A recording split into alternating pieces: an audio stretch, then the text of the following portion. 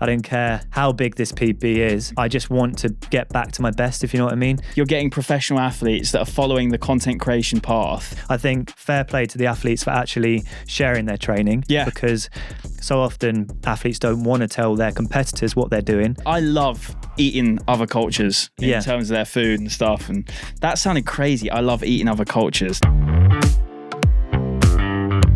Ben, thank you so much for coming on, man. Appreciate it. Yeah, thank you. Nice to be back. We've literally just been catching up for like 3 hours before this. Yeah. Probably had the entire podcast conversation off podcast. Yeah, I don't know if that's probably the best practice for a podcast, but we've had a lovely afternoon. We've had a lovely day, mate. It's been fantastic. I actually managed to drag you up to London 2 days in a row because we're both going to an event tomorrow. Yeah. And we were hoping to do the podcast the same day as the event, and then we just couldn't get it in. So, but yeah, welcome. Thank you. Yeah, thanks. 2 days in the big smoke. I know, bro. I kind of forget though when people aren't living in London how much admin coming into London is. Yeah. It's not too bad for me. I'm only like an hour from Stratford. Yeah. And we have a train station in our village, so it's like I can just hop on the train. Yeah. So it's an hour and a half out of my day to get here, but it's not like I've got to drive 3 hours to get in or anything. It's pretty straightforward. Yeah. Just jump on a train and you're here. So ideal. And then we went on a run. We had a little run around the streets of London, the very busy streets.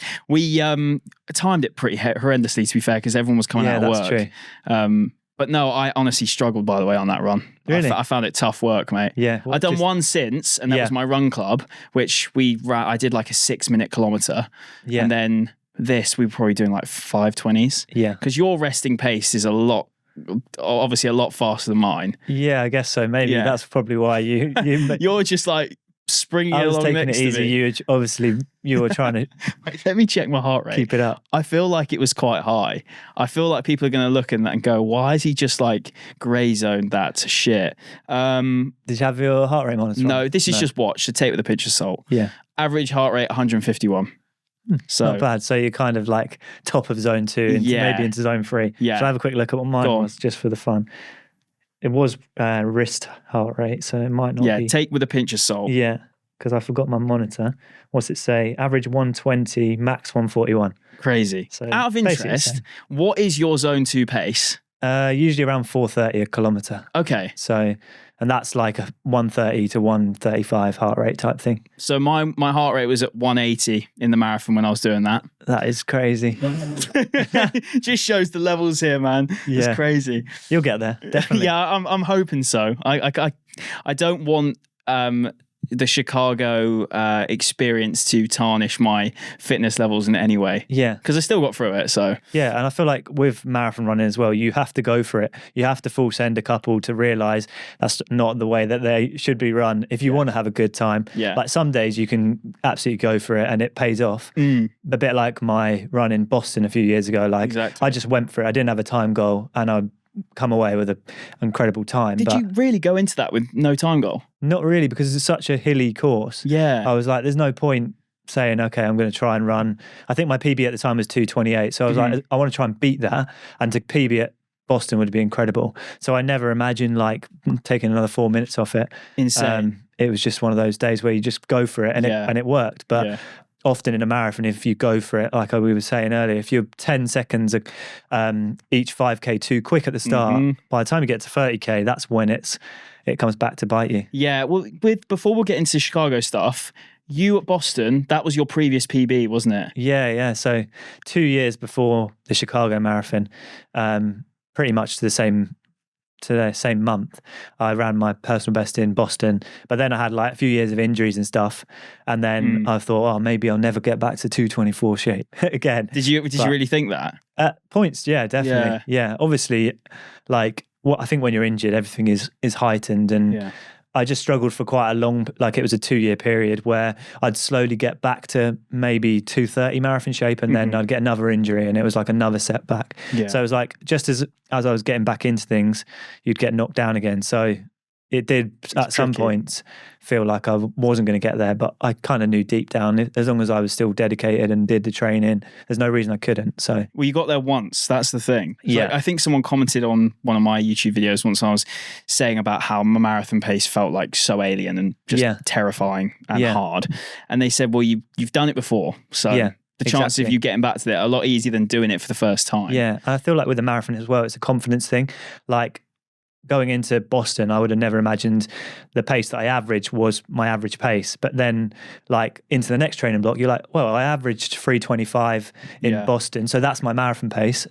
And I'll train at that pace now. Like I know it's achievable. Whereas when you're going into a marathon first few times, you don't know what your goal pace is going to be. So you have to do a few. Swing the bat, mate. Exactly. And find out like you did. Yeah, exactly, mate. I mean, I kind of went into it very much with the mindset of like, I've never been like faced trouble in a race. Every race that I've gone out to PB, I've PB'd, and obviously I did still PB, but still, I've never had that humbling experience going, I was way off it there. Yeah. So I'm kind of glad I had it, you know. Yeah, and you'll probably learn a lot more from that than if you went there and just smashed it out of the ballpark, because you're probably going to the next marathon and be like, I'm gonna run 2:40 now, and then you might like burn yourself out or whatever. So sometimes it can be a bit of a blessing. Sometimes win after win is actually a bit more detrimental, it feels like. Yeah. Obviously, just come off the back of Chicago. Incredible performance, unbelievable. PB there. Talk to me about that. How was the block going into it? Because last time we spoke, you were going into London and you'd just come back from Kenya, I believe. Were you about to go to Kenya? One of the two. Yeah, I think I just got back from Kenya and I was preparing for the London Marathon, which unfortunately didn't go to plan. Didn't for many though. No, I ran 2:35 in London when I was aiming for a PB, so 2:22, let's say. And yeah, that was a freakish hot day, and I think I set off too fast for the conditions and died a death. Like you said, a lot of people did. But since then, sort of like built back into training, had another unfortunate like crop up of an injury in the sort of period between London and Chicago. So I had like hamstring tendinopathy, which is kind of one of the most annoying injuries I've had. I've had stress fractures before, and I actually found the hamstring tendinopathy harder to come back from, because it was like one of those injuries that it was fine one day, and then I'd go and do an interval session, and then it would be crap for like another 3 weeks. So it was like you take one step forward, then 2 steps back, it felt like sometimes. So you'd like hit it hard and really just throw the hammer at it, and then you'd feel the consequences of it. Yeah. So basically what I figured out after like a few months of training that I basically couldn't do anything in my training faster than marathon pace, because it would cause my hamstring to flare up. Right. But then throughout this period, I've been working on like the rehab stuff and strengthening the area that was weak, that was causing the issues. And what was that? Touch wood. Just like hamstring, glutes, the hip area. Yeah. So I've done a lot of work in the gym in the build up to Chicago to get my body to a place where it can kind of handle the training needed to run to low 220s again. So that was a big part of the training block. It definitely wasn't perfect in terms of everyone's always dreaming of this perfect build. I had a period, probably 2 weeks, where I was struggling with like energy levels. Okay. I never really got to the bottom of it. It was either some sort of like viral thing that sort of was around the time I did Stockholm half marathon, so about 4 to 5 weeks before Chicago race day, or it was a low iron thing. So I since took, because a lot of the symptoms I had was suggesting I had like an iron deficiency. I stupidly never got round to getting bloods done, but I started taking iron supplements, and sort of like 10 to 15 days after taking them, I've realised that my energy levels were now coming back. Okay. So I think a lot of it was based on that. And then sort of, I guess the 4 weeks before Chicago, that's when my training started to click, and I felt like I was getting back into PB shape again. I had a race 2 weeks out from Chicago where I finally felt like myself in terms of racing again. So I knew that come Chicago, I should be able to be in a place where I can attack that 224 from 2 years prior. Mm-hmm. Coming back from like, because I said this to you earlier, I first found your content when you were doing your Copenhagen comeback. So for those that don't know, when you had your big stress fracture in was it your femur? Yeah. That you had? Yeah, femoral shaft stress fracture. So that was a pretty serious injury, and you had to bounce back from like really great form where you obviously PB'd in Boston. Yeah. Can you talk about that timeline for me, how that all paid out? Yeah, so I think like leading up to Boston, everything had gone incredibly well for like the 3 years prior to it, basically, in terms of you do a training block, you recover, you go again, and it was just, everything was like stacking on top of it. The new gains and stuff all hitting the ground and you hard. just feel indestructible. And I felt like 220 was on the cards for the next one. So then I trained for Valencia Marathon after Boston, and I just went off way too quick, ran 2:38, which is my slowest marathon that I've run, and basically just pushed things a little bit too hard. And that's why I think led to the stress fracture. I wasn't respecting the recovery after races. I was just trying to like hammer the training all the time. And I was doing I think after a marathon, I did a half marathon race the week after. Oh, man. I didn't race the half marathon, but I still ran at like a tempo effort. And I think it still takes a lot of stress on the body still, even though it wasn't a full race effort. So that kind of caught up with me, which led to the stress fracture. And then it was kind of like the period of time I had to take off running wasn't too long. I think it was only like 6 to 8 weeks off running, where I was doing like quite a lot of cross training. So I was able to maintain the fitness. But then when I got back into running, it still took me like another probably like 3 or 4 months to even get anywhere close to where I was, because I just had to build things back really slowly.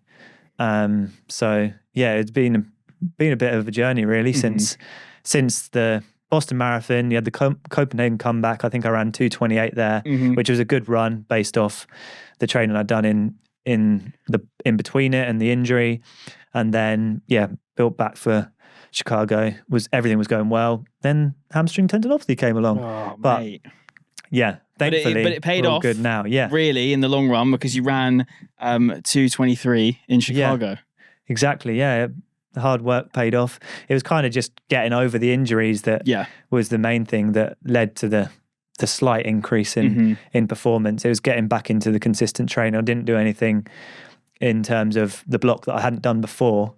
So I think it was just a case of getting healthy and making sure I was doing the rehab stuff that allowed me to build the foundations for Chicago. When you're like thinking about your kind of race calendar, obviously you did London, and you kind of set that out as your first time doing London. Right, A race, cool. This is going to be my spring marathon A race.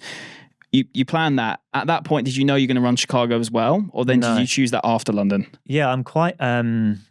like when I have a race, I have like the blinkers on. Yeah. And I don't really think too much past that, which I think is definitely maybe a downside, because then I don't necessarily plan my training blocks with enough time sometimes. Got you.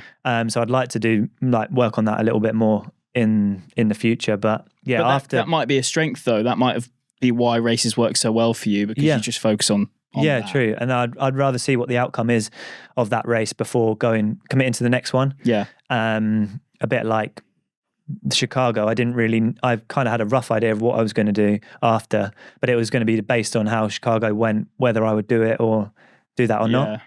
I think I got offered Chicago the week before Paris.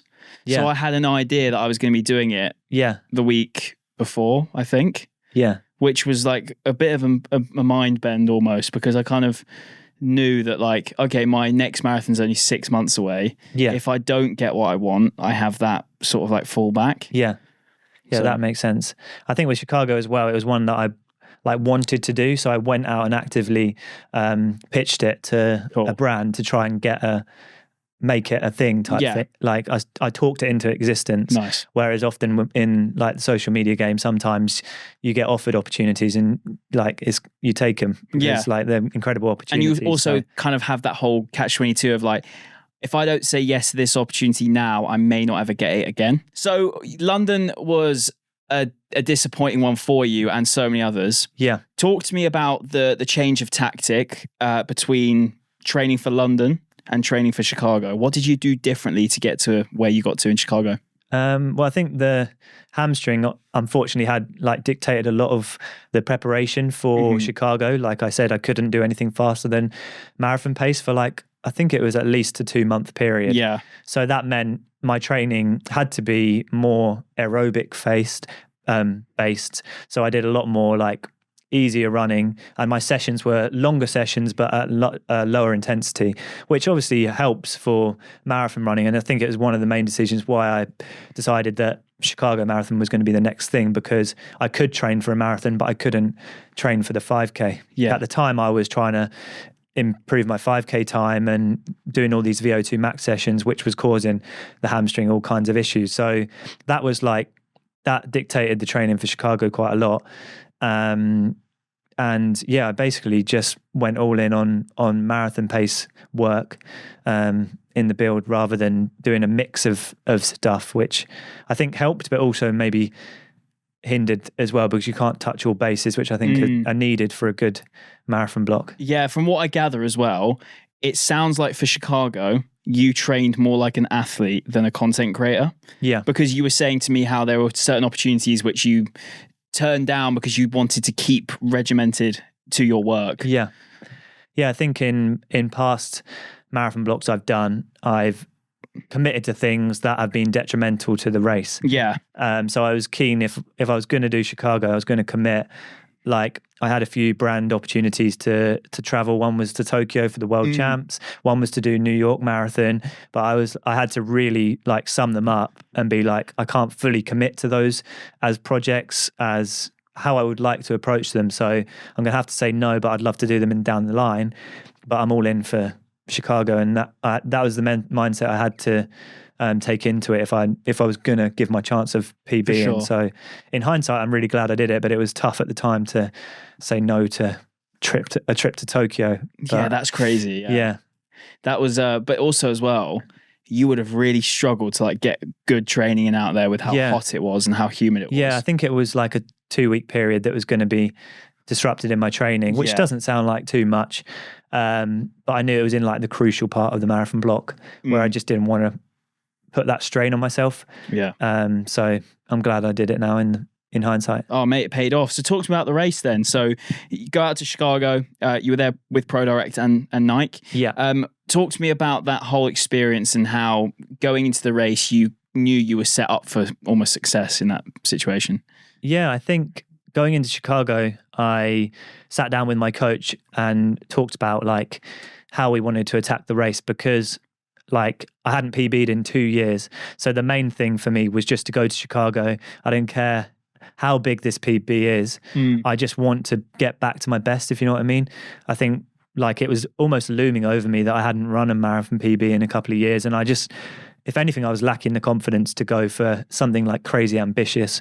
Based off my recent 10K and my half marathon, I should in theory be able to run a quicker marathon than maybe what I've run. Because you're quite unique in this sense, like your shorter distance times dictate a quicker marathon time. Yeah. Like for your speed in the marathon, you are so much faster over the 5K and 10K distance. Yeah, like if you put my times into like one of these marathon calculator things, if you put my 10K or my half marathon, it would probably say I could run a 2:19 marathon. Yeah. But based on my training and the way my body is, I'm just suited more to those distances, so I can run faster at them. What do you think it is about your like physiology that means that? Yeah, I don't know. Maybe it's just what you're born with. Yeah. I started running quite late as well, so I feel like I haven't had a full like time to fully develop the longer stuff just yet. What age did you start running?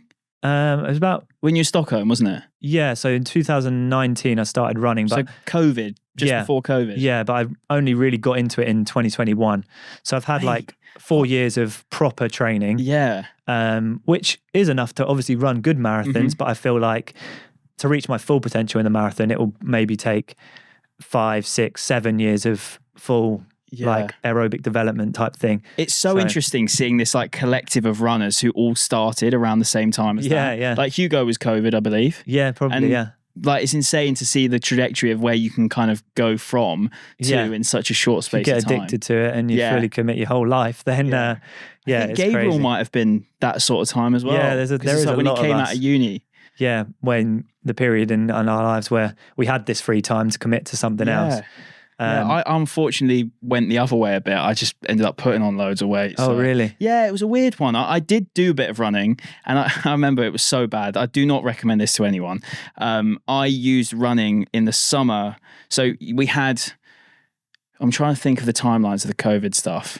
Yeah. So we were in lockdowns, weren't we? Like the first lockdown. Yeah. From February, or was it March? Something along those lines. Yeah, I think it was February time. It was definitely early into 2021, I think. Yes, it went into 2021, but it was 2020, like March, February time. Right. I then like put on a ton of weight during that time. Yeah. It got to June, July. I was like, right, okay, it's summer now. The weather's a bit nicer. I'll start running again. Did like 4 or 5 5Ks per week, but I was doing them in the evening. As soon as I finished work, shut my laptop screen, I was eating about 1,500 calories a day. Yeah. And I was just going out and full sending a 5K 4 or 5 times a week. Yeah. And it was so bad. But that's how everyone was doing it. Like, when nobody had any ideas about training plans and like zone 2 running and like, how to structure a training plan. You just run as fast as you could every time. Every time I was full pelt. I was wearing one of them them arm phone holders. Oh mate, I feel like it's a rite of passage, isn't it? Definitely. And I just remember like weight just fell off me. It was so bad. And I'm surprised I didn't get injured because it was like hilly as well in Bournemouth. I used to run up the cliff top like zigzags. Yeah. So going from the beach to the thing, just pelt it down it and then finish my 5K just 4 and then walk back up. Yeah. But like bombing it down these like big hills. Yeah. So bad. Anyway, where were we? Chicago Marathon. You the race. How did it go? Yeah. It went pretty much to plan, to be honest with you. Like as I was saying, I kind of had a bit more of like a conservative race plan where I was just going to try and get a personal best rather than going for something crazy ambitious and blowing up and running maybe like a 2:30 again, which is still a respectable marathon time, but I really wanted to set myself up to run 2:23. So my race plan was first 10K of the race, run 2 or 3 seconds per kilometer slower than my goal marathon pace that would set me up to run 2:23. Which I stuck to. I think the hardest thing for me in marathons is not going too quick at the start because the pace feels comfortable because my 10K pace and half marathon pace is so much faster.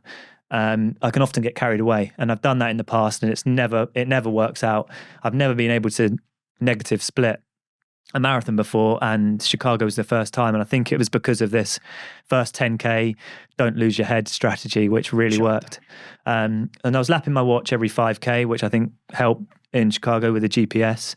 And I knew roughly what each 5K split needed to be on pace for 2:23. So, and what were those splits out of intrigue? Around, I think I had like a range, so anything from 1650 to like 1710 was within that window. Got you. So the first 2 5K splits, I wanted to hit like 1710 at the slower end of my pace for the marathon, and then between 10 and 30K, which is quite a big chunk, but that was the time to like lock into the pace you want to run, like your goal pace.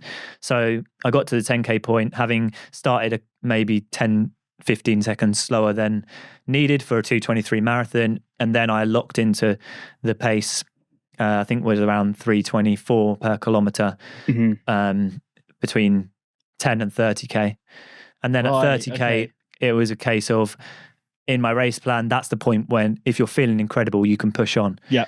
But you're not allowed to you basically got to like follow the plan to that point, and it's only then you can adjust it type thing. So that was my plan in the race. Got to 30K, and it turns out that was a pace I could maintain, but I couldn't push on from it. Yeah. So that's why I ended up running 2:23 because I got to the 30K point. I was feeling good, but not able to take it up another gear type thing. Okay. And what was the moment in the race where you realized that you got the PB?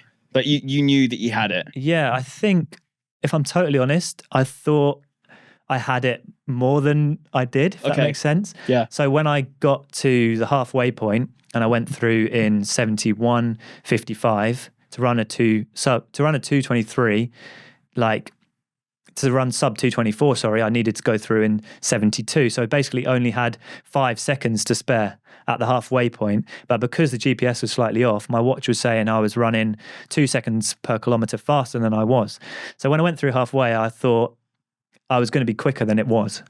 Oh, yeah. Got you. And then the same kind of thing happened at 30k, I kind of had a false sense of security that I had enough time. And then when I split my watch, I was like, oh, actually, you've only got like 15 seconds here. So I knew that I was on pace, and if I didn't fall off it, I wouldn't miss a PB. But it wasn't until the very end that I was certain. I think I saw Meg at like 38k. And that's when you gave a wave, didn't you? Yeah. And I knew, like, without a catastrophe, it was on, and I felt good within myself. And that's why you looked up and waved at her, because the rest of the videos, you're so locked in.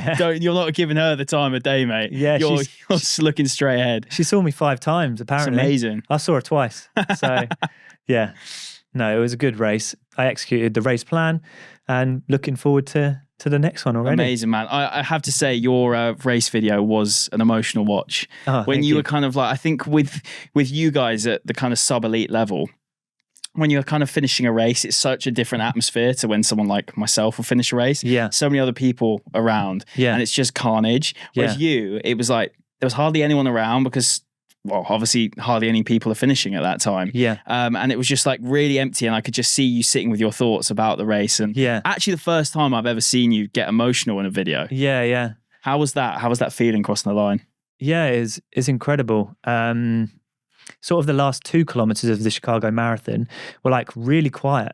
There was just no crowds, and then in the home straight, it's like closed off to the public. So you, at this time as well in the day, like the elites have just finished, so the hype from the media is kind of just gone, and the masses haven't finished yet. So like the crowds of people's loved ones haven't got there yet. So it's kind of a weird lull in the finish line where it's just dead silent. You cross the line and there's like 5 other people with you at the time, and then suddenly it dawned on me that I'd done it. Like the last 2 years had been pretty up and down, and like so reflecting on that a little bit. And then I rang my parents and my sister on our family WhatsApp, and my mum said to me, like, you do realise it was your granddad's birthday today, and he passed away a couple of years ago. So yeah, I knew his birthday was around like the time of the marathon, but I was so focused on the marathon, it hadn't crossed my mind that it was actually his birthday. So when my mum told me that she'd been to visit his grave in the morning, she told him that I was running the marathon. Like, that's so nice. Yeah, it all hit me all at once. Yeah. So you said you've got a tattoo to commemorate your granddad, and it was like a wasp cut in half. Now I watched this, and you said one of my fondest memories was my granddad cutting wasps in half. And I was like, wait, hold on, what do you mean? Can you explain this? So growing up, we would always go to my grandparents' house. They lived in a little village outside of our hometown of Colchester. Every Friday night we'd go there for Friday night dinner, which was a really nice thing growing up, because I had a real close relationship with both my grandparents, and we would sit in the summer in sort of like, they had like a conservatory bit, which was like an extension of their kitchen, which was always really hot in the summer. And like conservatories there's always bugs and stuff in there, because I don't know, they get in and then they get trapped because it's a light area. And I just remember I was probably like between 12 and 14 years old, so young enough to remember these sort of things. And it didn't just happen once, but a wasp would land on the table while we're having dinner, and my granddad would just take his knife, like he's in the middle of eating his dinner, and just cut a wasp in half, and like obviously kill it. Yeah. And I just remember being like, what just happened? Especially at that sort of age, you're I wasn't sure whether to like be shocked or like admire my granddad, who was like some brave wasp slayer. That's so funny. It's so interesting how you have those niche memories of your grandparents. And like when he passed away, I was like, I wanted to like get a tattoo to commemorate his life type thing, and just so he's always with me when I'm like running races and stuff like that. And I was like, what shall I get? And then I was like, the most clear memory I have of him is him cutting up wasps at the dinner table. But so that's such a nice memory. That's like, obviously, like the actual memory itself is like such a like niche one, but it's like such a fun story to think back and go, you know, that was his character sort of thing. Like, do you know what I mean? Yeah, exactly. And I actually got the tattoo on my calf where I had a scar on my leg where I'd slipped on my grandma's like rockery thing she had in her garden. I cut my calf open as a kid. So I got the wasp tattoo on over the scar. So the cut of the wasp tattoo is over this scar from my grandma's rockery thing. I don't even know what it's called, but it was just a pile of rocks in the garden, like an ornamental thing. Yeah, got you. So yeah, the placement of it as well is also special. That's really cool for my grandma. I got a tattoo when my grandma passed, actually, on my arm. It's like a half-filled coffee cup. Oh, nice. So essentially, like when I used to go around to hers, she'd make her a coffee, and it would always need to be the mug would always need to be half full. Okay. So she didn't have any like small cups. It was always just a mug, but half full. Okay. So that's why niche. So yeah, that's the same thing. It's a niche memory. But I feel like it's nice to have those things, that someone looking at it won't go, it's not saying like rest in peace, or do you know what I mean? It's not something it's only to you or the people that are close around you that know the meaning of. Yeah. It's quite cool. Yeah, I could have got like granddad in a love heart, but but that's this was way more meaningful to me. So I just thought, go. It's a bit weird, but that was the one memory that stuck with me from my granddad. So, no, for sure. And so so Chicago, unbelievable success, a really emotional moment crossing that line, and like a lot of hard work paying off. When you obviously completed that race, did you think back to some of the things that maybe didn't work in previous races? Obviously, in the lead up to London, you went over to Kenya to train.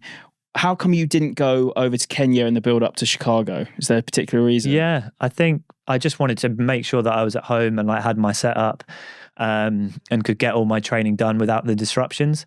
Like Kenya is incredible and I will definitely go back there again. But it just didn't make sense for the Chicago block in terms of timing. The climate over there wasn't the best like before. What sort of weather would it be like over there right now? I think they have like a couple of rainy seasons, so you do have to pick your time when you go there because otherwise you can just get terrible weather and it's not very pleasant, especially because all of the roads over there are like mud. Yeah. Like, and when it rains, they're not runnable. No. So you're kind of like, oh, what do I do? Yeah, that's a good point, isn't it? Because it's not tarmac. No. You kind of almost have to wear trail shoes. Yeah. I do a lot of my runs over easy runs in trail shoes because you get a bit more grip. So I just decided for Chicago that I wanted to be at home.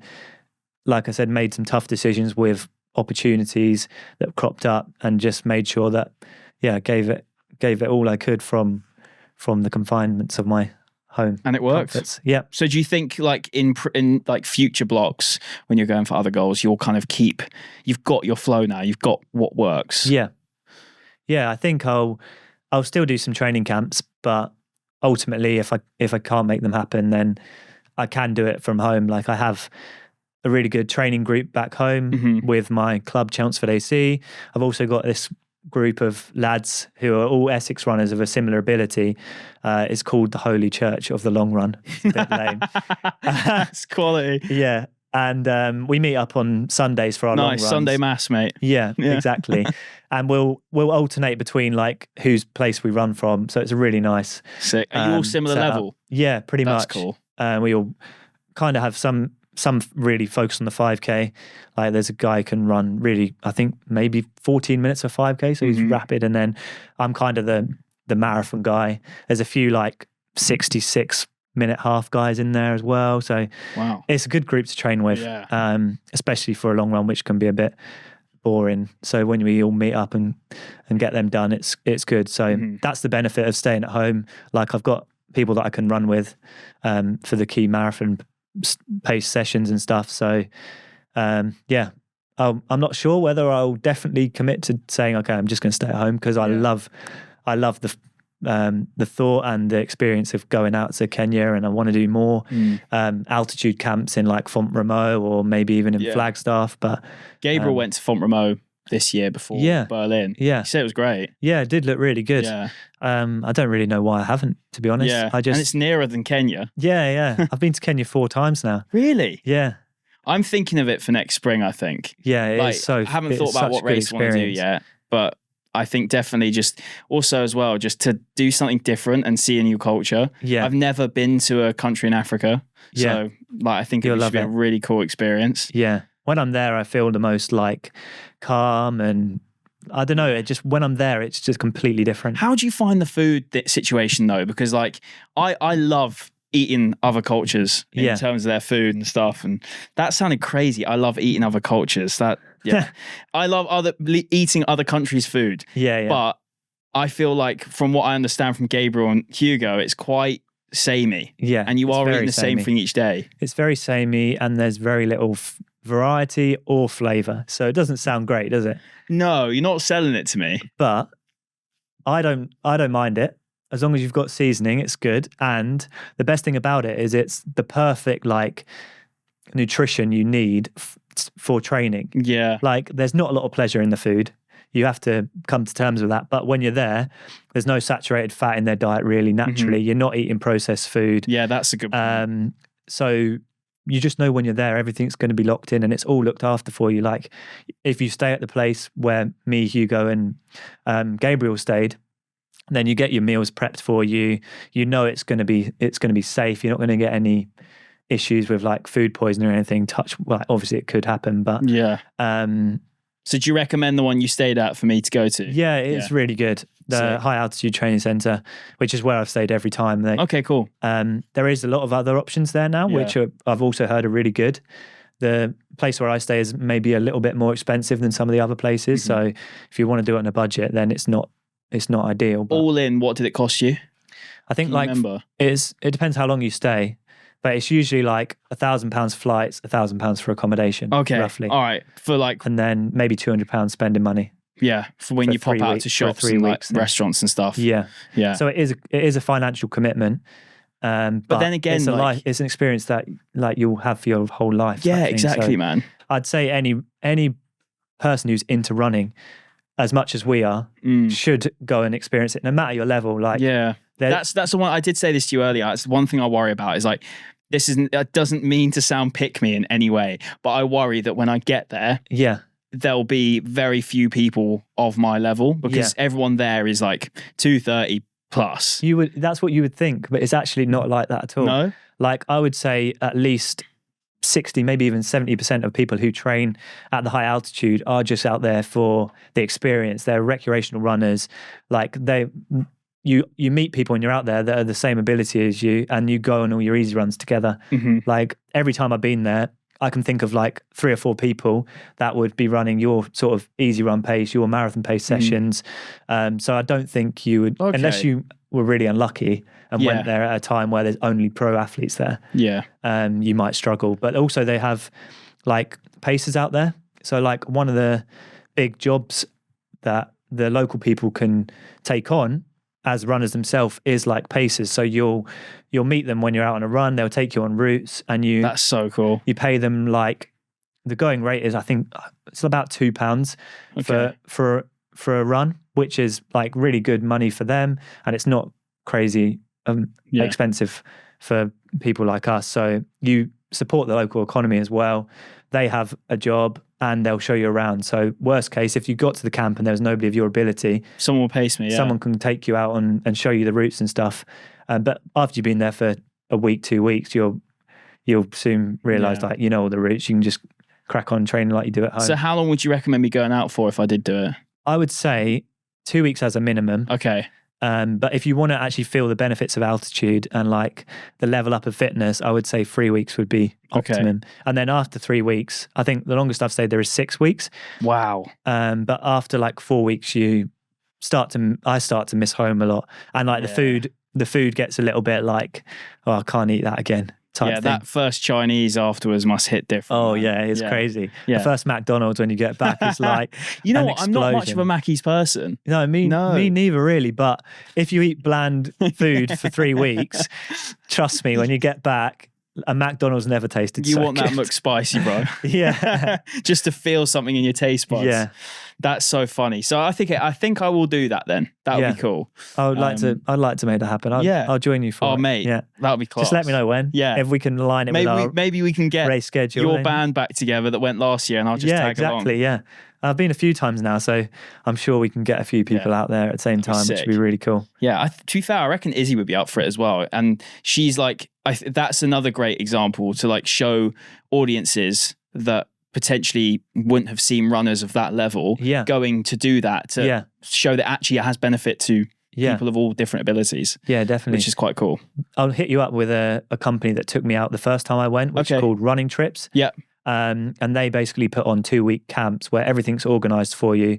And yeah, as a first time in Kenya, it's definitely the best way to experience it, because they set up all the paces, they take you to the track, they take you to Moyben Road where you do all your long runs and just look after you basically. Yeah. And teach you like the Kenyan culture and the ways of training. So that is the best way, I would say, of experiencing it for the first time. So okay, cool. I'll let them know that you're interested. Yeah, that'd be wicked, man. Yeah, very cool. I wanted to quickly talk about sort of your calendar for the rest of the year, because we discussed it off camera, and December typically is a month that I've always struggled with in terms of like keeping myself.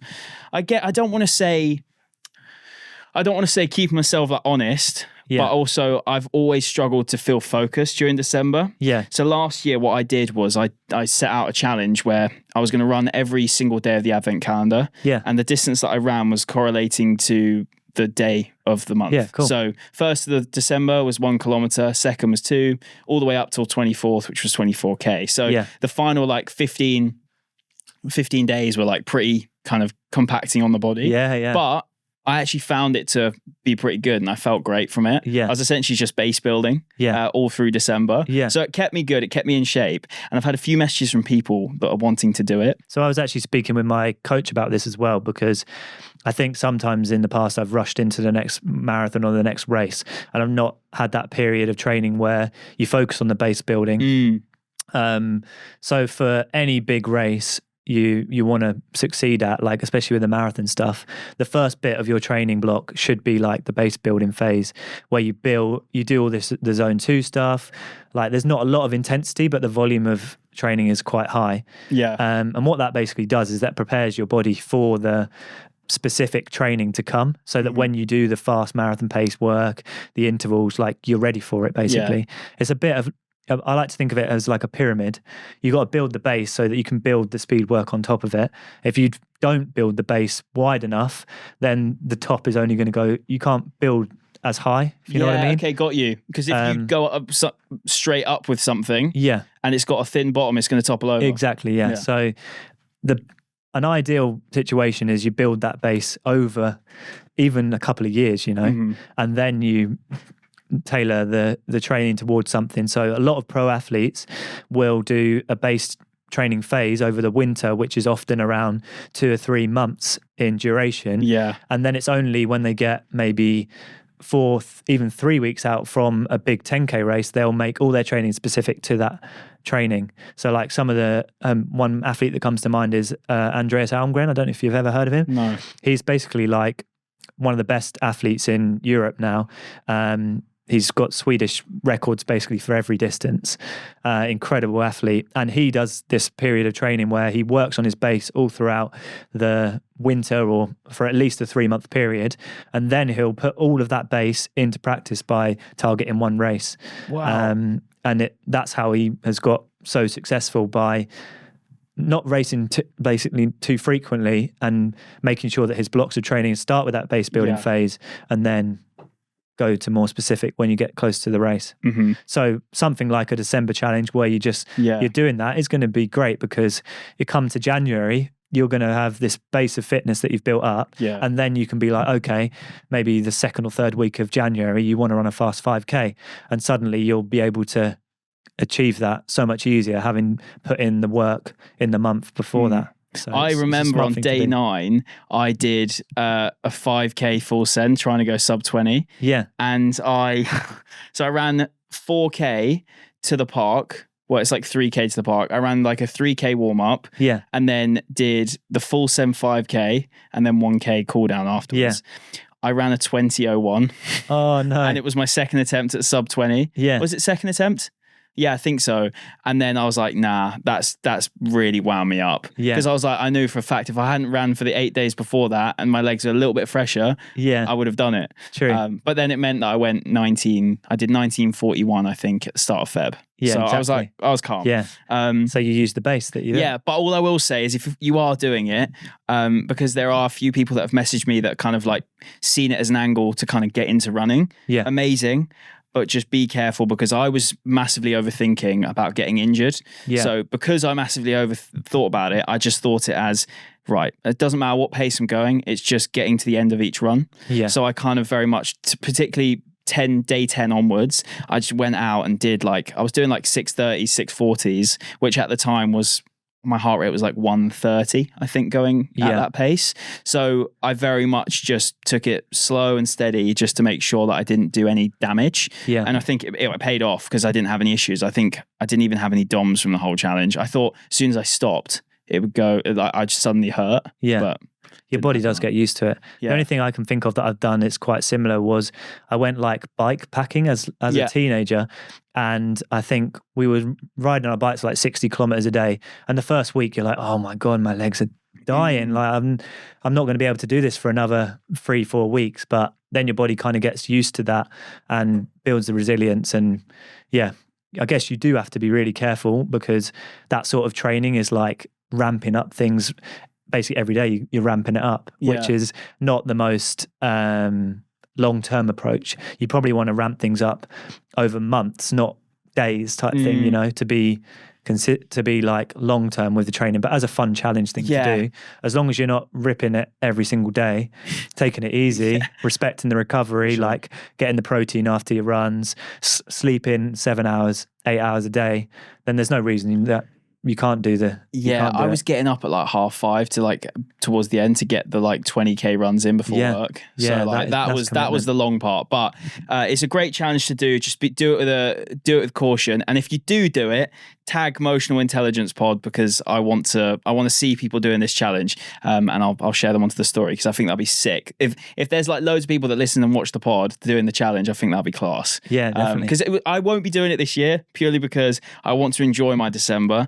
I drank, and I'm not a big drinker, don't get me wrong, but I drank once in the whole of December until Christmas Day, and because every day I was trying to essentially make sure I was fresh for the next morning to go out and do the run. Right. And I just didn't, I don't, as I said, I don't really like running outside of the morning. So, do it with caution, but it is worth it if you do it right.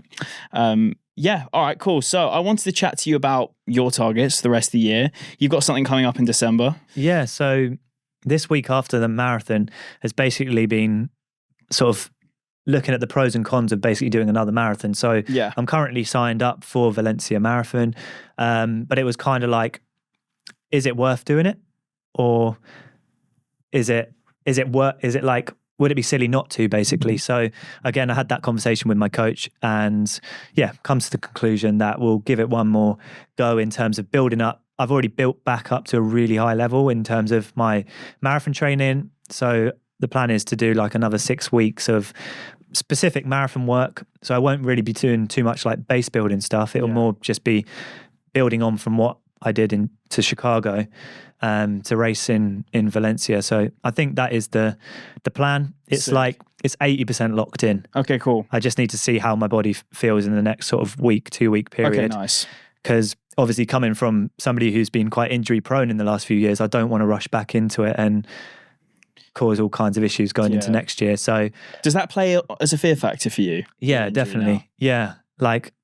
Especially now I'm fit and healthy, I just want to do everything I can to maintain it. So running another marathon 7 weeks after Chicago is definitely something that's going to cause jeopardy to that, it potentially could. So we had to sit down and think about how we're going to approach it. And I'm pretty confident now, having spoken to my coach, that we can do it in a way that's safe, and that will be hopefully allow us to chip off 1 or 2 minutes off what I ran in Chicago. Mate, if you PB in Valencia, that'd be so impressive. Yeah, I think it's possible. Obviously, you never know with how long it takes to recover from a marathon, and I want to respect that in especially the first 3 weeks after Chicago. Yeah, it would just be whether I can do a few marathon pace sessions in the 3 weeks after that. Will that lead to a new PB, or will it not be enough? But I guess we'll find out. Well, you'll be with a good team if you're doing it with Koros, aren't you? Yes, yeah. You'll be got with to place through them. Phil Sessman and Alex Yee. And any others as well? I'm sure there's other athletes, but I'll let them do their thing. Phil Sessman did the 2:07 in Amsterdam. What an incredible run! And as a B race. Yeah. That wasn't his full send day. So I'm looking forward to how he bounces back. And do you think there's if that's his B race, 2:06 we'd be targeting? Yeah, I think he's definitely I've done Amsterdam half, and I didn't think it was the craziest fast course. So I feel like even if he just maintains that fitness in Valencia, he'll run 2:06. Yeah. So I don't know what he's going to attack. He could even go quicker. I wouldn't put it past him. How's Alex Yee looking for it fitness wise? Well, not fitness wise, but you know what I'm saying. Watched his first. It was called Vamos, I think. I saw that. Yeah, I haven't watched it yet. It's really good watch, especially from somebody who knows very little about triathlon. Mm-hmm. He does this super tri thing in it, which I'd never seen before. Oh mate, super tri is wild. I was actually supposed to be going to the Jersey one this year with super tri. Yeah. And it ended up falling the same weekend as Berlin Marathon, so I couldn't. It didn't happen. Mate, it's insane. Yeah, it's almost like sometimes you look at it and go, "There's almost no point you doing that transition because you're going to be on that bike for do you know what I mean? For such a short amount of time." And they do is it all the races in one day? Yeah, I think it's over a weekend. There's three races, all of the same. You do the same thing but 3 times. Got you. And then the last time they enter the water, they enter in their position that they're currently in. So Alex is in pole position going into the last race, and he has to start first. And then all these guys are chasing after him. And obviously he's quite a small guy, so it looks like he's just getting absolutely bodied and beaten up. And then when it comes to the run, he's just on another level. Yeah. So based off his triathlon training, he looks like he's in good shape. Yeah. And then he just casually runs a 5K PB on the track the next month. So I feel he's one of those athletes that I look up to, and the way his work ethic is just so strong that it seems that whatever he puts his mind to, he succeeds. So I reckon if he hasn't actually fully confirmed, you get to the end of the episode and it's and then in December I'm doing, and then it cuts. So you're I swear he announced it on Coros have announced it on socials. Oh really? Maybe it was just the build up to his YouTube series, but I'm pretty certain they have. Yeah. I haven't leaked anything, so I have no inside scoop. No, me neither. So I'm pretty sure he's doing Valencia. It would be pretty cool to see how he goes. Yeah. Obviously he did pretty well in London.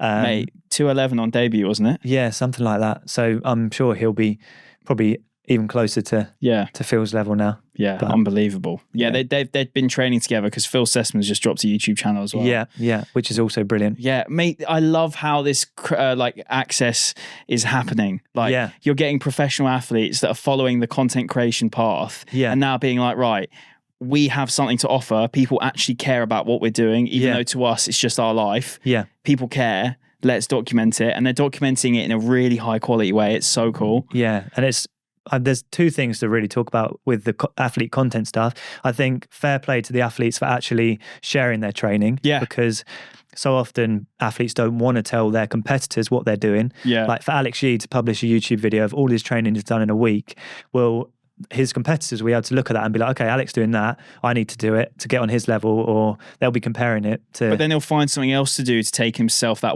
1% further. Yeah, exactly. And also the brands that are putting money into investing in the athlete content, I think is really good. So Coros I'm sponsored by Coros, so I guess I'm a bit biased, but seeing them put money into a series where Phil Sessman is training for these marathons is really good to see. Yes, they sponsor him as an athlete, but they see the value in the content that can be brought to you know what it is audience. As well. It's I think I've spoken to a few of the people at Coros, and Dougie, I don't know if he still runs to a high level, but he used to be unbelievably fast. Oh yeah, he's still rapid. Yeah, and I'm sure he's still rapid, but I think because he's got that knowledge base and because he's got that kind of understanding of how it all works, that for him instantly is that's value. Yeah, true. There's value. Yeah, so I guess it's a case of brands having runners work within the company that then elevates their content and what they invest in, because they already know, I guess. Yeah. So Dougie is a perfect example of that. What's he run marathon time? Do you know? He ran Valencia he ran Valencia the year I was going for 2:20. I think he ran 2:18. But he's one of those people that doesn't seem to train a lot. Yeah. Then he locks in for 4 or 5 weeks and suddenly he's he's just winning every race he enters. It's interesting because he's really talented. You know Ned Brockman? Yeah. Ned Brockman got 2:30 at London Marathon. Yeah. And then he got injured. Broke his foot. And it sounds like he was doing London with a somewhat broken foot. Oh, really? Yeah. Imagine if he was fully fit. Yeah, yeah. Do you know what I'm saying? He dropped to 2:30. Yeah. But I think there are just some people that are just naturally they do have that like physiology that is just the kind of like gift. Yeah, yeah. Do you know what I mean? Yeah, true. Ned's a great guy as well. Yeah, I met bumped into him in Chicago, actually. Did you? Yeah. Nice. I was at the pub and we walked in, and it's because, so Schooner Scorer did run with us. They did a Guinness together, didn't they? And he had obviously invited Ned to the pub, and we were all there as well. Yeah. And Ned walks in. Schooner hadn't got there yet. Yeah. It feels so weird calling him that when I know his name, but he doesn't put his name anywhere online. Yeah. I don't know his name. Yeah. And he walks in, he's like, "Are you guys here for Schooner?" I was like, "Yeah, we're having a beer," but yeah, he's coming along. Yeah. Really nice guy. Very nice guy. Yeah. First time meeting him. We bumped into him at a Joe and a Juice. Oh, cool. We were just walking around and he'd just got in or something. And he was just grabbing some quick food, and we ended up like having a half an hour chat at the side of the road.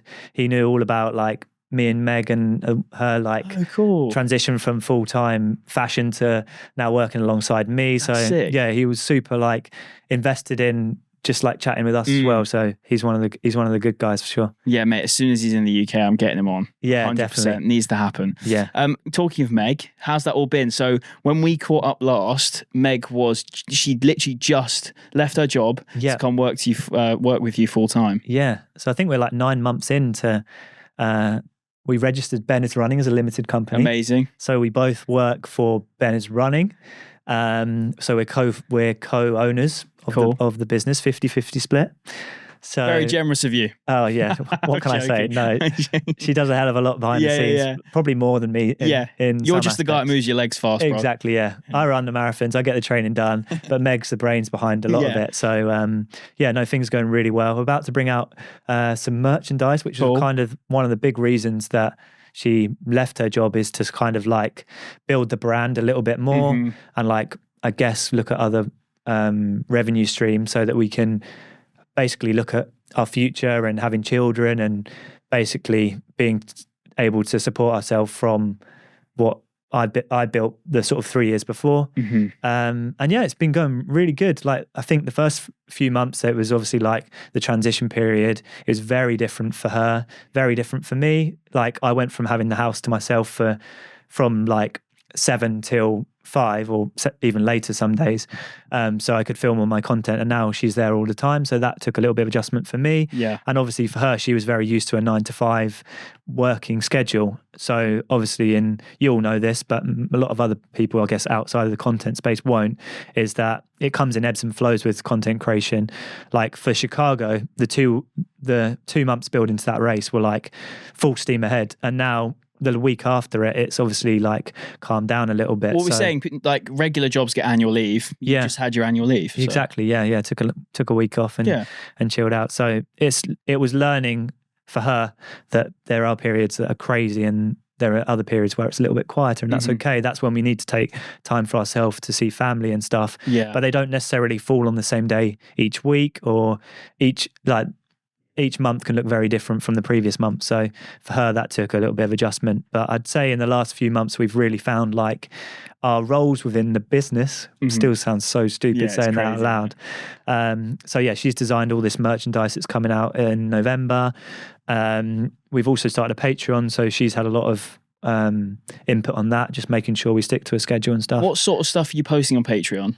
Yeah, so we post like blog posts. Every week I'll film like a video for my Patreons, which are called training talks. Cool. So I'll basically just talk through how my training's gone that week and like how I'm feeling, what I'm building up to, and just give a bit more of a personal insight into what I'm doing other than just the flashy stuff that you see on YouTube, I guess.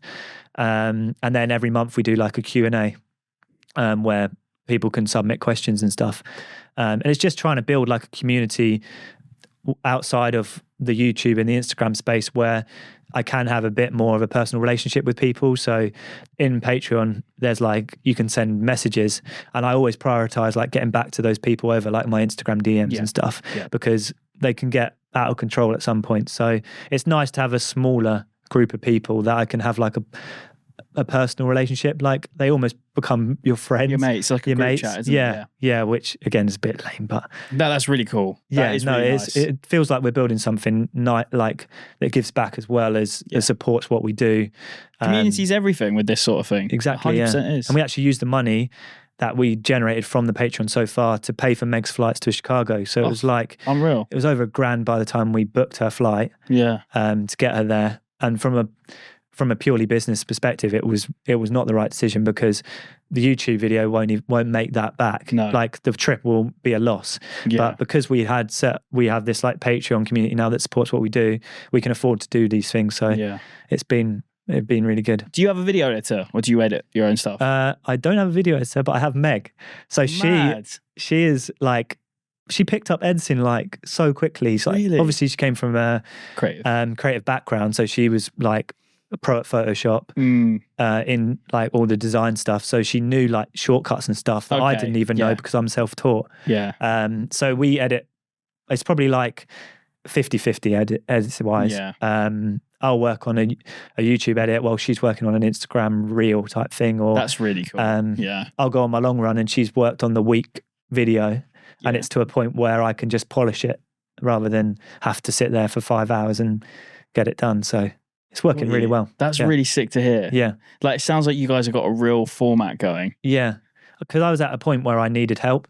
Like I was already at capacity in terms of what I could do in terms of outputs and working with brands and like revenue and all that. So having a second person to go all in on it has been really good. Yeah, really for both exciting. of us.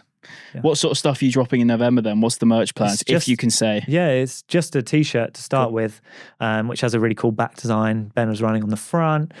We were thinking like, should we go for something really cool, which we've already got like designs for in the future, but we kind of wanted to just go for something a little bit more mainstream, if you like, just as the first thing, because I've been doing YouTube now since 2021, so 5 years we never put out anything, so we wanted just to start off small and simple and then see how it goes and then build from there. We've kind of got an idea with like the big races that I do. We want to work with, say, a designer. So for example, I'm doing Valencia in December. I don't think it will happen for Valencia, but we want to work with like a designer from Valencia, put together a design and then have it as like race merch. Yeah. But not like a drop. Yeah. Not necessarily like Ben is running merch, but it'll be like something cool in the running space that brings that together. So that's a really good idea. I like that. Like a concept. Everyone loves a pop-up and things like that on race weekend. And there's a clear market for that. That's really cool. I think it'll be cool. Yeah, wicked. One thing I want to do today, because I feel like you as a person, Ben, have so much value. I've put out a little question box on my broadcast channel. It's called Motional Support Group. Oh, so nice. Hence the name. And I asked some questions of like what they would ask you if they were sitting in my seat right now. So I just want to go through some of them. Some of them link back to what we've already like sort of talked about already. Yeah. But the first one is on the content side, and it is, if you had to start your page today, what would be the advice you give yourself? Oh, that's tough. I feel like just focus on your story. Like I think a lot of people don't get into the content space because they feel like their story's boring or like they're too ordinary or they don't have anything to share. Whereas when I look back at when I started, I was that like there was nothing special about my running at all. I wasn't doing anything crazy and I was at a very like relatively entry level. So my advice would be just like start to tell your story, enjoy the process and just be consistent with it. Like, and you'll build an audience through your personality and rather than just, you don't have to be a quick runner or you don't have to be like running 50-mile ultra marathons every weekend. You can just be yourself and build a brand based on that. So that would be my advice. Just document what you're up to. Try and find a love for it. If you don't, that's fine. You don't have to keep doing it, but take the leap and see where it takes you. Yeah, the worst that's going to happen if people go, I don't like this guy. Yeah. Or I don't like this girl. Yeah. And then you go, okay, that's one person. But if like loads of people start saying that, it's like, okay, is this the right thing for me? You know, ultimately, it doesn't really matter what other people think if you're enjoying what you put out. Yeah. Because if you enjoy what you put out as well, it will resonate to a group of people. So yeah, definitely. That's really interesting, man. That's a good bit of value. Physically, what do you reckon the fastest is you'll ever get to? In the marathon or what? Let's go with, because they didn't say in their question. Yeah. Let's go half marathon to marathon. Okay. Oh, I mean, it's really tough. You never know, like, how your trajectory is going to go. I mean, like, 2:23 could be the limit. You never know. I'm hoping it won't be, but I feel like if things go well in the next 3-4 years, I should still be able to progress things. So in the marathon, I'd probably say, like, 2:16, 2:17 is where I can see myself realistically getting to. Like, I don't think I'm ever going to get to a level where I can compete with people like Phil Sessman. Like, no matter how hard I try. Why is that, do you reckon? Mainly because I didn't start running until I was like 21, 22. Yeah. Like, I wasn't a person who was into running as a kid too much. So I feel like you miss out on that. And just like physically, like, these are my attributes. Like, I feel like I'm getting to a level where I'm almost reaching my peak. Yeah. As long as you like stack more training blocks on top of it, you can build up your potential. But I feel like just being realistic based on my progression and how I feel at the moment with the times I'm running, I feel like getting to that next level is something that may be out of reach. But I'm also content with that. Like, I feel like I've found my niche in the space. Yeah. And I'm happy. Like, I don't have like a burning desire that I have to make the Olympics type thing. I also think there is this misconception that people need to be fast or like an impressive runner to make a success of themselves in the space. Yeah. Like, is it Aubrey who was in your video? What is it called? Bigger Than Running? Yeah. He was going for sub 4 at Chicago, and that was his goal. And he's a massive content creator. Like, I don't think people realize it's like that guy was going for sub 4, which is a huge goal for him, and will probably be a huge goal for a lot of people watching. But he's not a 2:30 guy. Like, he's still just doing his own thing and telling his own story. Yeah, definitely. And that's where like making your content relatable, I guess, comes in, because as I've got quicker, I've almost like thought, oh, maybe my content isn't going to be as relatable anymore, because not everyone's running sub 2:30 for the marathon, you know, or has the potential to do that. So I'm like, you have to just learn that. Tell your story. Like, everyone can relate to going through injuries, that everyone can relate to running personal bests, hopefully, if they've run races. So like, just telling your personal story, people invest in it because they'll see similarities in their own. And I feel like with people watching my content, if they can take something from it, inspiration wise or like workouts or anything, it's just an added bonus. Yeah. How do you set yourself a goal for your first ever race? So this is like someone, they've signed up to their first ever half marathon. They've never run before. They've got 15 weeks to the race. What would be a way of setting your target, your race target? Yeah. My first response would be kind of like, it's your first race. Don't set a time goal. Just go into it. Trust the process of the training, and the result will be the result from your training block, you know? Yeah. Like, you'll get the time because of the work you put in. So there's no need to set a time goal, but obviously for some people it does motivate them. So I would say doing like some B goal races in the build up. So like, say if you're training for your first ever 10K race, do a 5K race like 4 weeks before the big 10K. And then you'll be able to base on how you run in the 5K, what you can kind of set a realistic goal for your first ever race. So I would try and not put too much emphasis on it, basically. Just enjoy the process, and the time will be what it is. Yeah. And then you can try and beat it on the second time. Yeah, nice. So naturally, like, obviously you're gonna have people that are really good at running naturally. Yeah. That will go into a half marathon and probably run a 1:40 straight off the bat. Yeah. Still, with those sorts of individuals, they shouldn't set themselves a time goal. I think it doesn't hurt to have a time goal, obviously, but I wouldn't make it the sole focus of your first, especially the first time doing a certain distance. Like, I think back to the first time I did my marathon, my first marathon in Copenhagen. I didn't have a time goal. I just wanted to run a marathon and see how it went. And I think that was the best way to experience your first marathon, your first half marathon is just like, you're never going to, I still think I'm never going to feel that same high of running your first marathon. So adding a time goal just adds pressure on yourself, and it's not necessary for a first time. Do you think you would care less about your goals if you didn't post on socials? I think, like, obviously I can't get away from the fact that posting on social media and getting good results is part of my life now. But I think what motivates me as a runner is like that self-development. And I think that's why I train so hard and have stuck at running for so long, is because the buzz you get from like achieving something that you've never achieved before is really hard to get from any other walk of life. So I think even if social media didn't exist, I would still be trying to run a faster marathon in Valencia. You know, if it all went away, I wouldn't stop the running just because social media wasn't there. And I think that kind of, I hope, reflects in my content that like I was always a runner first, and then I'm just sharing it on social media. So like, obviously when I started like running YouTube and running content was very small. There was only a couple of people that obviously I looked up to and thought, oh, that'd be amazing to do that as a job one day. But I didn't set off thinking, right, I'm going to be a running YouTuber. That's what I want to do. No, yeah. I think now, because there's so many other people to compare to, there are a lot of people that go into the space thinking, I want to be that, which I think is fine. Yeah, definitely. But it does make things become a bit more mechanical. Yeah. Like I feel like I was a bit like you. I fell into posting that niche content by accident as well. Yeah. Like I was just posting my own transformation stuff. Yeah. And then I thought, I'll get Izzy into running.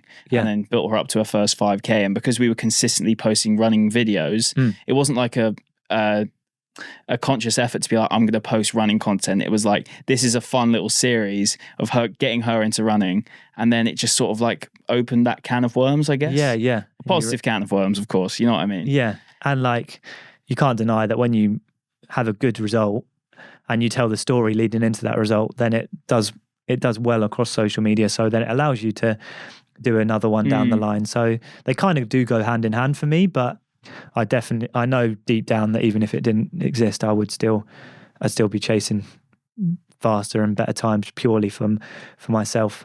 And the love of the game. Exactly, yeah. This is an interesting one. I've seen so much like discourse about this online. Do carbon trainers benefit below average runners? Now, I want to caveat that because below average runners sounds savage. Yeah. But someone that runs a marathon time below the average marathon time. Yeah. I always kind of struggle with this question a little bit because, like, obviously, I'm not somebody who's running 5-6 hours. So without that experience, you can't say for sure. But I do think there is carbon can lead to improvements in terms of efficiency for any type of runner. Like, obviously, if you're going to take 6 hours to run a marathon, a carbon racing shoe is not necessary. And I would say if I was going to run for 6 hours, I wouldn't be putting a carbon shoe on because they're so uncomfortable relative to, say, your daily trainers. So it's a tough one to answer, really. It's hard to tell, but I still think, like, in terms of efficiency, you're gonna benefit from a carbon plate no matter your ability. It's just whether it's worth the investment when you're so new, maybe, to marathon running. You could invest in a coach, which would be more value than the latest pair of running shoes type thing. You're going to get a lot more benefit from the structured training than the carbon racing shoe. So it's a tough one to say either way, really. Would you say there's a time cutoff for where it becomes actually necessary for a race? I don't think so. No. If you had to, I'm this is me not pinning on you, but I'm just genuinely intrigued. So for my first one, my first race, I did sub 4, did 3:55. I wore Pro 3s, and I mean, like, I couldn't tell. Like, they helped me, obviously. Yeah. But did they help me? Yeah. I feel like my sister's kind of going through this as well at the moment because she's trying to run 2 hours for a half marathon. And she's got some carbon racing shoes, but she seems to do better when she's wearing her daily trainers because they're so much more comfortable. Yeah. So I feel like there is definitely maybe less of a impact when you aren't as quick. You don't necessarily need them as much. But then as soon as you get to like the faster end, you're looking at every possibility to shave some minutes off or seconds off. So I do think there's an element of, like, for me especially, you can run the paces that I'm running as well with just regular trainers. Yeah. Because for me, during Chicago, I found a guy that I was running alongside him for, like, I want to say 2K. And by this point, I'd like seen him on peripherals for so long. I just said to him, I was like, what pace are you going for? Yeah. And I said it in miles because I knew my pace in miles. I don't know anything else in miles, but I knew what I was doing because in case I needed to speak to any Americans. Yeah. So I knew that I was going to try for 7:15 per mile. So I just said to him, I was like, what are you going for? And he was like, oh, I'm currently going for like 7:15, 7:20, but hopefully going to speed up. Yeah. I was like, cool, we're doing the same. So like try to like lock in together for a bit. Yeah. And I looked down, he's wearing Evo SLs. Yeah. And I was like, fair play. Like you're not wearing carbons. But for me, I've now kind of just gone the entry into running marathons in carbon shoes. Yeah. So I feel like if I wasn't wearing carbon shoes in a race, I would be at a disadvantage now. I would mentally be at a disadvantage when I probably wouldn't be. Yeah. My sister's actually going to wear Evos, I think. Really? For the Valencia half. Oh, nice.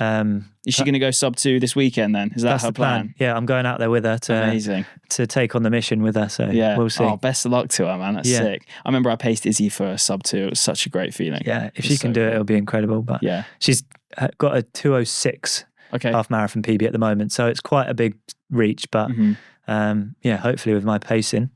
Are you going to pace? Are you going to run it with her? Yeah, I'm going to run it with her. Sick. Yeah. So what do you have to hold on to get that? Is it like a 5? I haven't even looked into it yet. I think it's 5:45. Okay, 5:45. Or maybe it's a touch quicker. But yeah. She always goes off way too quick. So I think if I can stop her doing that, then she might be on. Because even when she ran 2:06 for the half, she ran like crazy for the first 10K and then had to walk run the last sort of from 16K on. So as long as I can get her... Was that a Hackney? It might have been, I don't know for sure, but she's done Hackney. I'm just trying to think if I ever saw it on your socials. Yeah, quite possibly, or it might have been in Copenhagen. She did Copenhagen half as well. Cool. That's such a sick race. Yeah, it's so good. Final thing I want to do with you, Ben, and now I think this could raise some question marks from a lot of people. I want to do the Mount Rushmore of running races. Yeah. So the rules are this: you don't have to have run them. Okay. It could be a mixture of personal experience / reputation of the race, and then it can be any distance. Okay. So you have prepared them, haven't you? Yes, I've got a few in mind. Yeah. All right. Cool. What we'll do is we're just going to go back to back. Okay. Yeah. You say one, I say one, and if we agree, if the other person says it, we'll just go, yeah, I've put that as well. Yeah. First one. So this is quite a niche one, but you may or may not have heard the race, but it's called the Amar 5K.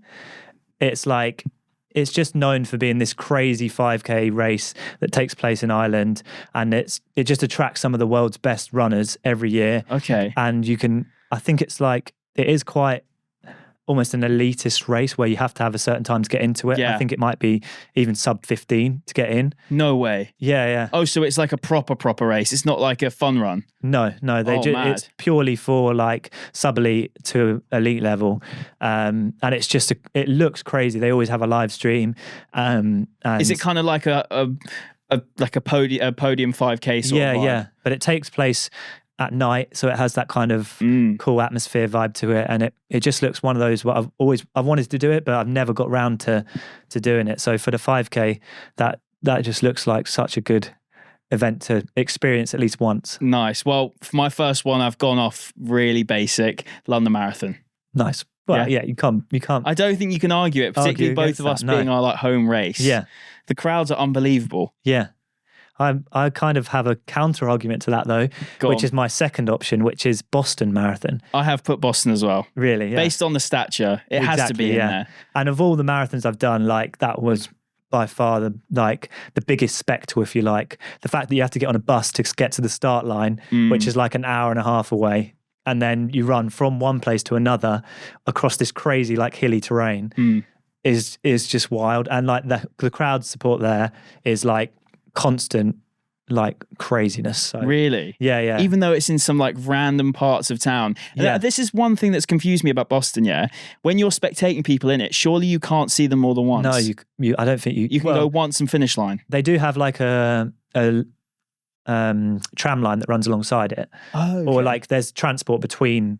So like, for example, I went with ProDirect again, and they had a videographer who managed to see me twice. So cool. He got on like a train and then went back saw me at like 10K, saw me at 35k, for example. So you can see people at multiple places, but it's not the best for a spectator. Yeah. But in terms of atmosphere, it was like, you know, in the really loud parts of Chicago, it felt like, it might not be because I've obviously hyped it up now in my brain, but it felt like Boston was like that the whole way through. Wow. So it was just some crazy one. Crowds bigger in Boston or London? Yeah. I think fairly similar, actually. Yeah. Because London crowds don't disappoint, especially if it was a hot day like this year. Everyone was out on the piss. It was insane. Yeah, probably London actually a little bit louder. Okay. But Boston was pretty, like, it's just a special race. Well, it's the history of it as well, isn't it? Like, you can't argue that. So the moment you've got the 5K, you've got Boston. Yeah. I've got Boston and London Marathon. Yeah. What is your third pick? So I kind of went for one in the ultra scene. I've always wanted to do, since I started running, is this backyard ultra thing. You may or may not have heard of it. You basically have to do 6.7 kilometers of running every hour, and it's last man standing. Simple as that. Is there one in particular you're picking? I've been to spectate one in Suffolk, which is kind of close to where, I think it was about an hour away from where I was, and a friend of mine from my original running club was doing it. So I went to like support him, crew him a little bit. And I saw it and it was just so wacky. Like they're running throughout the night for a couple of days. Like they're trying to sleep between each little run they do. And yeah, it just seemed like one of those bucket list things I would love to do at some point. I don't know when, because it will take that is the recovery from that must be months. Yeah. Like you're putting yourself right in the bin. Mate, well, did you see the BPN last man standing that they did? Yeah. Insane. Yeah. Absolutely insane. Yeah, something along those lines I'd like to try. All right, third pick I've gone with, also an ultra event, Moab 240. Okay, cool. Yeah. So I think that's the pinnacle of ultra marathon. It is, and it was last week. Yeah.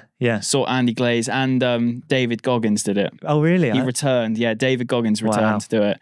It's insane. Like it's like 4 or 5 days of running. Yeah. I think the winner does it in like 80 hours. I could be wrong, which is mental. Can't imagine the training you have to do for something like that. Oh, well, Max Jaloff won it his first time entering it. Oh, wow. Yeah, insane. So just do what he did then. Yeah, do what he did. Yeah. All right, what's your final pick? This is a rogue one again, but I feel like an Ironman. Like, I don't know which one. An Ironman. So I'm somebody who can't swim very well. I'm okay on the bike and I'm pretty good at running. So I feel like if I did one, the first thing would be like, try and learn how to swim to a good level, because I wasn't one of those kids who were in the pool at like 5 a.m. before school type thing. Yeah. So I feel like I can't swim very well at the moment. And yeah, I'd kind of just like to train like a triathlete for a bit, like, you know, Alex Yee and getting all this volume in. I think it could potentially be beneficial to even run training if you did it right. Obviously, it would take a little bit of a backseat to train for one. Yeah. Obviously, you've done one as well. Did a half, yeah. Yeah. It was crazy hard, but it was sick. How does it compare to, say, a marathon, like a half Ironman? I don't know, because every like hard slog I've done has been like painful for a different reason. Like my first marathon was just horrifically hard because of my first one. I got loads of it wrong, but I still did it in the time that I wanted. The first half Ironman I did, the only half Ironman I did, I found really hard during the run. Like the swim went amazing, the cycle went amazing. Got to the run, 16k in, I was like, this is the worst thing ever. Yeah. And I then slogged it home. But in hindsight, I was like, I still was okay for like 4 hours of it. Do you know what I mean? Yeah. So how was the recovery as well? Like I was actually all right.